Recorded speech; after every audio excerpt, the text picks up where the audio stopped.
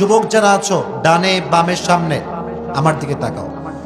রোজা রেখে যেই যুবক, বলতে বড্ড লজ্জা লাগছে, but I have to talk about it and I am feeling so shy to be honest with you, but বলতে হবে। সত্য কথা বলতে আমার কাউকে ভয় পাই না, ঠিক কিনা বলেন?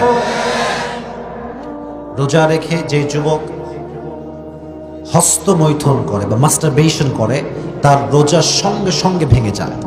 আমি একটু বোঝাই দিই, তোমরা কেউ লজ্জা পাবা না, ডোন্ট ফিল শাই। ইসলাম যা বুঝিয়েছে আমাদেরকে বুঝতে হবে। কেমনে বুঝতে হবে একটু বোঝাচ্ছি। যদি কেউ মাস্টারবেশন করে, তার যে পানিটা বের হয় এটা হচ্ছে মণি, এটা খুব গাঢ় গাঢ় পানির ক্ষেত্রে বিধান হচ্ছে মণি যদি বের হয় রোজা সঙ্গে সঙ্গে ভঙ্গ হয়ে যায়।